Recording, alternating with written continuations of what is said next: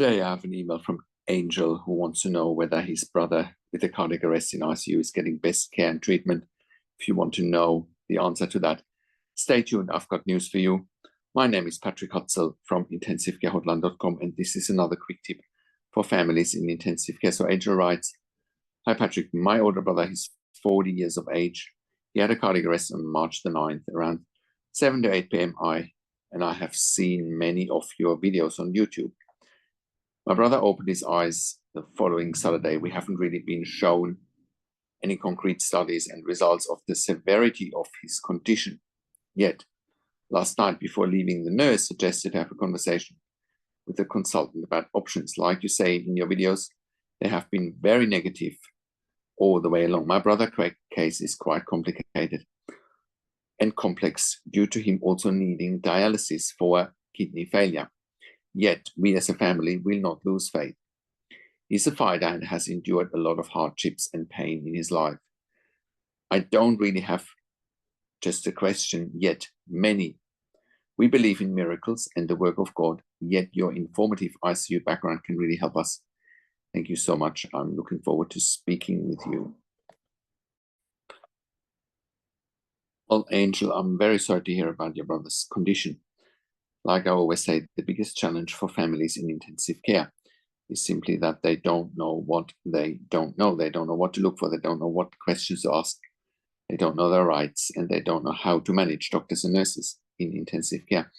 So let's just quickly look at, first off, what is best care and treatment for patients in ICU after cardiac arrest. So immediate post-cardiac arrest care requires ventilation and oxygenation. Most patients need ventilation support to support breathing and ensure adequate oxygen supply. Most patients also require blood pressure support after cardiac arrest with IV fluids, vasopressors, or inotropes or other medications to help maintain blood circulation.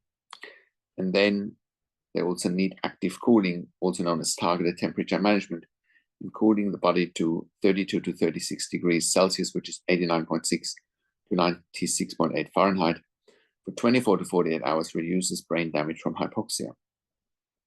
Next, neurological monitoring and care. Sedation and pain management. Medications like propofol or fentanyl can keep the patient comfortable. EEGs, electroencephalogram monitoring for seizures, which are common after cardiac arrest. And Angel, you haven't mentioned anything about your brother having seizures, but you need to ask that question again. You didn't even have asking that question on your radar. Next, pupillary and reflex checks helps assess brain function. Imaging, CT and MRI, detects brain swelling or injury. It sounds to me like they've done that. Next, cardiac and circulatory support. ECG monitoring goes without saying, detects arrhythmias or heart damage, potentially leading to another cardiac arrest. Echocardiogram evaluates heart function and damage, also known as an ultrasound of the heart. Coronary angiography. If a heart attack caused the arrest, doctors may perform an angioplasty or standing or simply an angiogram to see where the blockage occurred. 4, infection prevention and management. Antibiotics given if pneumonia or sepsis is suspected. Frequent suctioning and oral care prevents ventilator-associated pneumonia. Organ support. Kidney function monitoring. Acute kidney injury is common after cardiac arrest. Dialysis may be needed and was needed prior to your brother going into cardiac arrest even. Gastrointestinal support, a feeding tube, nasogastric tube or PEG tube may be placed if prolonged ventilation is needed. However, we certainly don't, or we object to a PEG tube. A nasogastric tube will be perfectly fine. What are long-term considerations?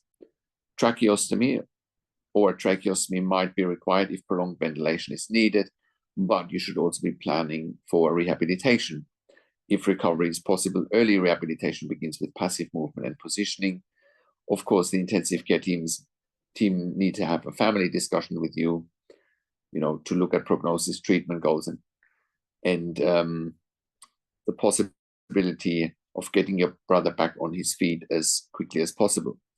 So what's the prognosis and decision-making like in a situation like that? Recovery may depend on factors like initial heart rhythm, downtime before resuscitation, response to treatment, and brain function tests. Some patients regain consciousness within days, while others remain in a minimally conscious or potentially vegetative state, but can still come out of that after weeks and sometimes months.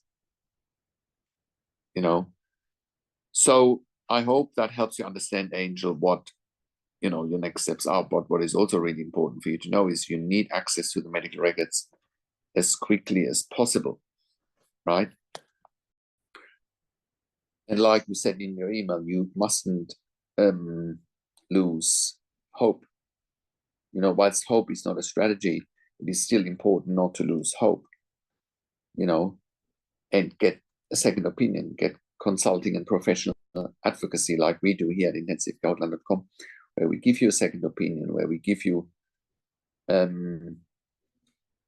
strategies to deal with intensive care teams in situations like that, so they're not continuing giving you all the negative news without putting the steps in place to help your brother recover.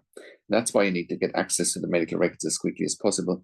That's why you need myself and you to get on a call with the doctors or with the senior nurse as quickly as possible, so we can ask all the right questions, so that you make informed decisions, have peace of mind, control, power and influence, making sure your brother gets best care and treatment always.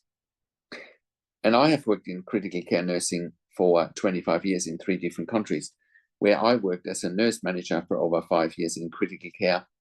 And I've been consulting and advocating for over 12 years here at intensivecare.com since 2013.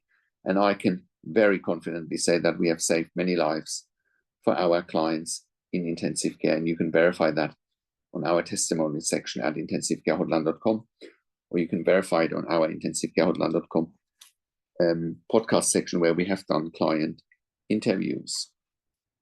And my advice and the advice of my team is absolutely life-changing. And that is no exaggeration by any stretch of the imagination.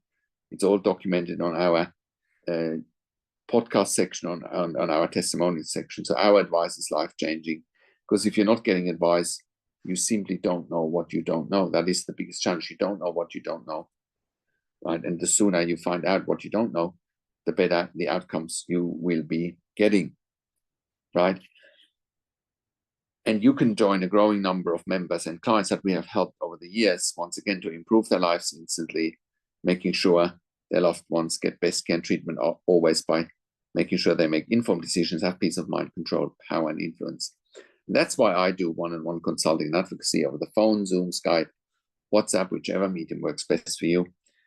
And I talk to you and your families directly. I handhold you through this once-in-a-lifetime situation that you simply cannot afford to get wrong. And I also talk to doctors and nurses directly, and I ask all the questions that you haven't even considered asking, but must be asked when you have a loved one critically ill in intensive care. And when I talk to doctors and nurses directly, you will see the dynamic shift in your favor in real time, because I know how to hold them accountable. I know what questions to ask them, not even seeing the questions coming often. I also represent you in family meetings with intensive care teams. We also do medical record reviews in real time, so that you can get a second opinion in real time. We also do medical record reviews after intensive care if you have unanswered questions, if you need closure, or if you are suspecting medical negligence. And all of that you get at intensivecare.com, where we also have a membership for families of critically ill patients in intensive care.